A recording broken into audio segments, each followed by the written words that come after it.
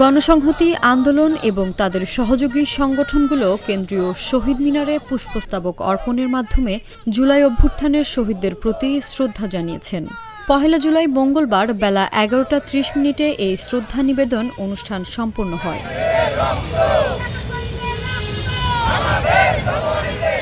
গণসংহতি আন্দোলনের প্রধান সমন্বয়কারী জুনায়েদ সাকি শ্রদ্ধা নিবেদন শেষে বলেন, বাংলাদেশের ইতিহাসে ১৯৭১ সালের মুক্তিযুদ্ধের পর সবচেয়ে বড় ছাত্র, শ্রমিক ও জনতার গণ আন্দোলন ছিল জুলাই অভ্যুত্থান। বাংলাদেশের ইতিহাসে ১৯৭১ সালের পরে সবচেয়ে বড় জনগণের উত্থান, ছাত্র শ্রমিক জনতার গণ অভ্যুত্থান, ২৪শে জুলাই আগস্টের যে অভ্যুত্থান তার প্রথম বার্ষিকী সন্নিকটে ১ জুলাই থেকে ৩৬ দিন ব্যাপী ৫ই আগস্ট পর্যন্ত এই জুলাই অভ্যুত্থানের বার্ষিকী উদযাপিত হবে। তার অংশ হিসেবে আজ ১ জুলাই আমরা প্রথমেই ২৪শে জুলাই আগস্টের গণ অভ্যুত্থানে সকল শহীদের প্রতি আমাদের শ্রদ্ধা, আমাদের ভালোবাসা নিবেদন করেছি। জুনায়েদ সাকি জানান, গণসংহতি আন্দোলন ১ জুলাই থেকে ৫ই আগস্ট পর্যন্ত ৩৬ দিনব্যাপী জুলাই অভ্যুত্থান মাস পালন করবে। এই কর্মসূচির অংশ হিসেবে বিভিন্ন আয়োজন করা হয়েছে।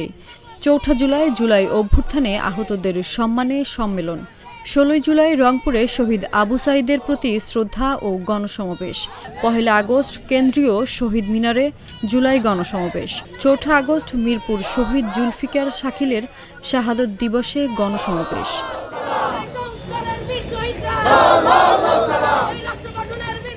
জুনায়েদ সাকি আরও বলেন, এই কর্মসূচি কেবল স্মরণ সভা নয়, বরং ফ্যাসিবাদ বিরোধী জনগণ ও প্রতিরোধের প্ল্যাটফর্ম হিসাবে কাজ করবে।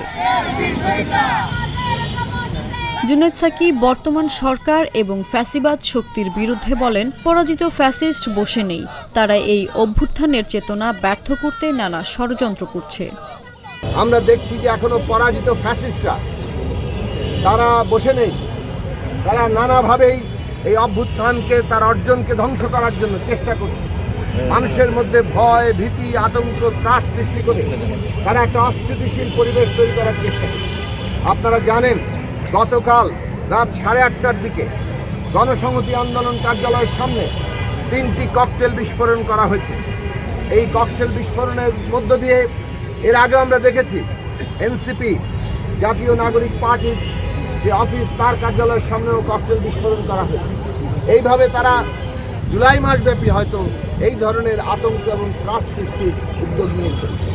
এই সমস্ত অপতৎপরতা, এই ভয়ঙ্কর তৎপরতা দিয়ে তারা মনে করছে মানুষকে তারা ভীত সন্ত্রস্ত করতে পারবে। যারা ওই রকম গণহত্যা মোকাবেলা করে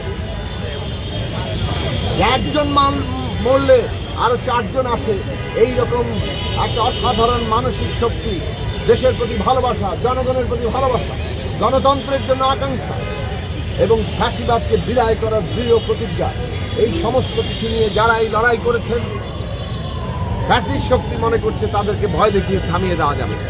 আমরা বিশ্বাস করি এই সমস্ত অপতৎপরতা, এদেরকে পরাজিত করেই আমাদের অভ্যুত্থানের অগ্রযাত্রাকে অব্যাহত রাখতে হবে।